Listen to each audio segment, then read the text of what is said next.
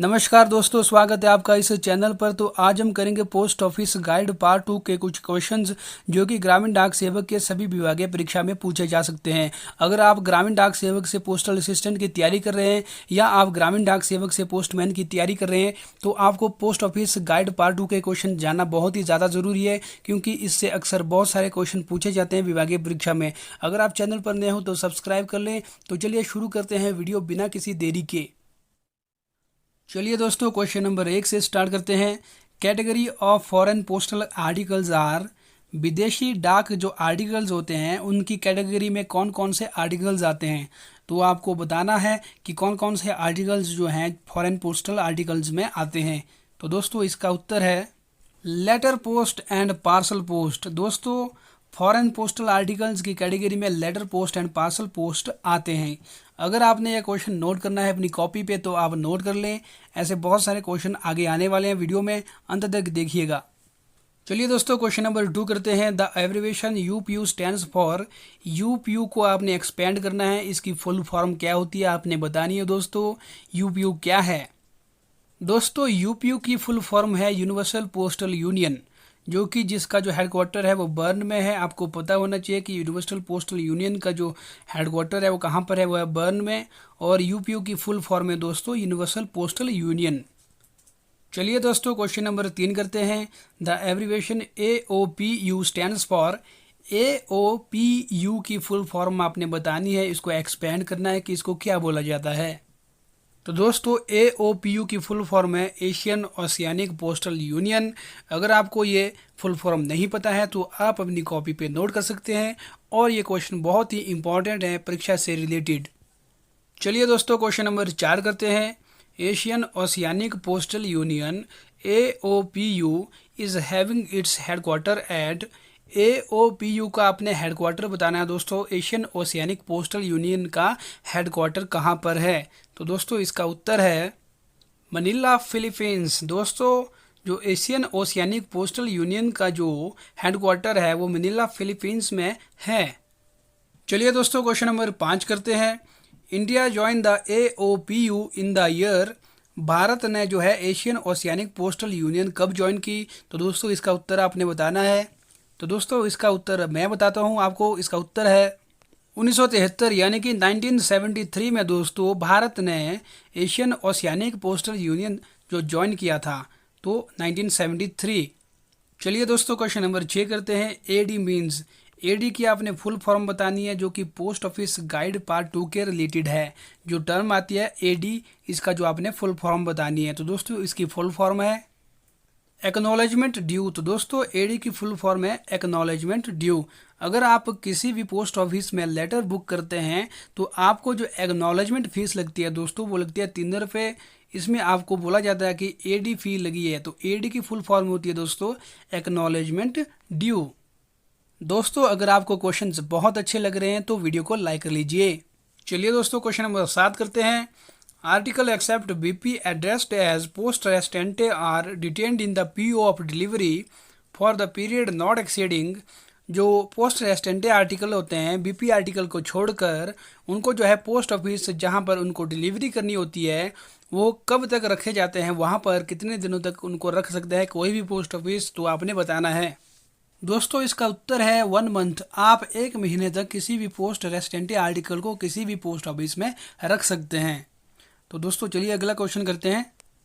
Question number 8। The maximum weight of an airmail letter should not exceed.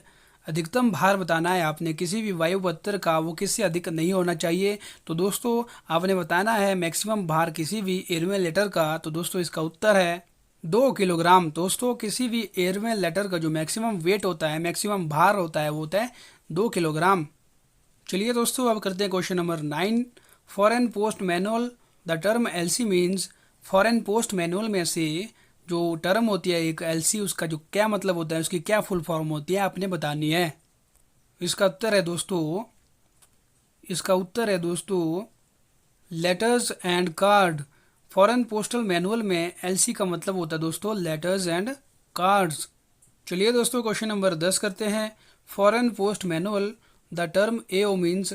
Foreign postal manual के अंतर्गत AO की जो full form होती है AO जो टर्म होती है उसकी जो मीनिंग होती है वो क्या होती है? दोस्तों इसका उत्तर है administrative office of the foreign country. दोस्तों फॉरेन पोस्ट मैनुअल में AO टर्म की जो मीनिंग होती है वो होती है administrative office of the foreign country. चलिए दोस्तों क्वेश्चन नंबर 11 करते हैं। The limit adopted in India for booking air insured letter is.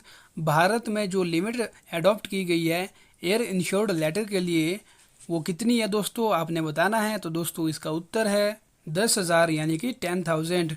तो आप जो है एयर इंश्योर्ड लेटर को बुक कर सकते हैं 10,000 तक। चलिए दोस्तों क्वेश्चन नंबर 12 करते हैं। The general maximum limit of weight of a foreign parcel is. आपने बतानी है दोस्तों किसी भी फॉरेन पार्सल की जो मैक्सिमम वेट लिमिट होती है वो कितनी होती है। तो दोस्तों इनकी जो मैक्सिमम वेट लिमिट होती है वो होती है 20 किलोग्राम। दोस्तों जो फॉरेन पोस्टल पार्सल होता है उसका जो मैक्सिमम वेट लिमिट होती है वो होती है 20 किलोग्राम। चलिए दोस्तों क्वेश्चन नंबर 13 करते हैं। Generally air parcel are subject to the lower limit of weight of. जो एयर पार्सल होते हैं उनकी जो न्यूनतम जो वेट सीमा होती है, मिनिमम जो वेट लिमिट होती है वो कितनी होती है, आपने बताना है दोस्तों। तो दोस्तों इसका उत्तर है 10 किलोग्राम यानी कि 10 kg। जो एयर पार्सल की जो न्यूनतम भार सीमा होती है या मिनिमम जो वेट लिमिट होती है दोस्तों वो होती है 10 किलोग्राम यानी कि 10 kg। चलिए दोस्तों अब करते हैं question number 14। The custom control is primarily exercised at. जो कस्टम कंट्रोल होता है वो आमतौर पर कहाँ एक्सरसाइज या आमतौर पर कहाँ किया जाता है। तो दोस्तों इसका उत्तर है the point of entry, the point of exit, foreign post office. दोस्तों किसी भी आर्टिकल के लिए कस्टम कंट्रोल जो है पॉइंट ऑफ एंट्री पे किया जाता है, पॉइंट ऑफ एग्जिट पे किया जाता है और फॉरेन पोस्ट ऑफिस में जो है कस्टम कंट्रोल एक्सरसाइज किया जाता है किसी भी आर्टिकल के लिए फॉरेन पोस्ट में। चलिए दोस्तों अब करते हैं question number 15। The minimum and maximum dimension of foreign parcel prescribed is.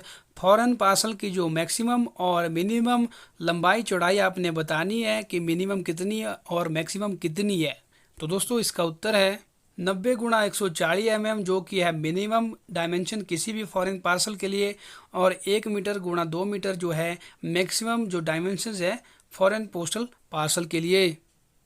चलिए दोस्तों क्वेश्चन नंबर 16 करते हैं। Under the foreign post the international parcel post service with Pakistan and India is carried based on. जो विदेशी डाक सेवा के अनुसार जो अंतर्राष्ट्रीय पार्सल पोस्टल सर्विस है पाकिस्तान और भारत के बीच वो किसके द्वारा तय की गई है। तो दोस्तों इसका उत्तर है ए स्पेशल बायलैटरल एग्रीमेंट। एक स्पेशल बायलैटरल एग्रीमेंट के अनुसार जो है पार्सल पोस्ट सर्विस की जो इंटरनेशनल सेवा है फॉरेन पोस्ट में वो भारत और पाकिस्तान के बीच कैरी की गई है। चलिए दोस्तों क्वेश्चन नंबर 17 करते हैं। Under foreign post article containing perishable biological substances can be accepted for sending.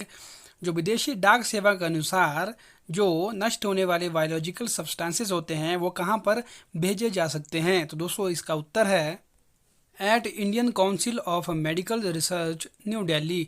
तो दोस्तों पेरिशेबल बायोलॉजिकल जो सब्सटेंसेस होते हैं उनको जो है Indian Council of Medical Research New Delhi में भेजा जाता है। चलिए दोस्तों क्वेश्चन नंबर 18 करते हैं। In foreign post for the purpose of fixing surcharges and combined charges all the country and territories are divided into. विदेशी डाक में जो फिक्सिंग ऑफ सरचार्ज है मतलब सरचार्ज को फिक्स करना और कंबाइंड चार्ज को फिक्स करने के लिए किसी भी कंट्री और टेरिटरी को कितनी भाग में डिवाइड किया गया है फॉरेन पोस्ट में। तो दोस्तों इसका उत्तर है 6 ग्रुप्स यानी कि 6 ग्रुप्स, मतलब 6 ग्रुप्स में उनको डिवाइड किया गया है। उनमें जो fixing of surcharges and combined charges के बारे में बताया गया है अलग अलग और उनको डिवाइड किया गया है 6 ग्रुप में। चलिए दोस्तों अब करते हैं question number 19। The fee for a blind literature packet to be airlifted to a foreign country is.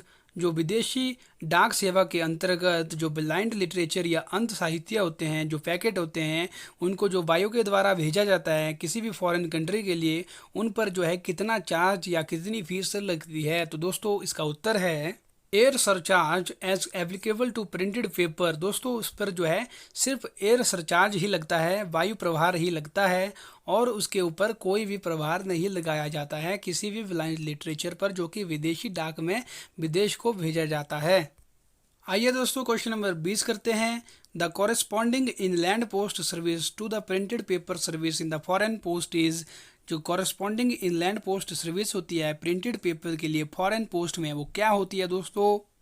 तो दोस्तों इसका उत्तर है बुक पैकेट सर्विस। तो दोस्तों कॉरेस्पॉन्डिंग इनलैंड पोस्ट सर्विस जो होती है प्रिंटेड पेपर सर्विस के लिए फॉरेन पोस्ट में, उनको बोला जाता है बुक पैकेट सर्विस। तो दोस्तों ये थी आज की वीडियो जिसमें हमने किया पोस्ट ऑफिस गाइड पार्ट 2 के क्वेश्चंस एंड आंसर। अगर आपको वीडियो बहुत अच्छी लगती है तो लाइक कर लें और कमेंट सेक्शन में बताएं कि आपको आगे किस टॉपिक पे वीडियो चाहिए।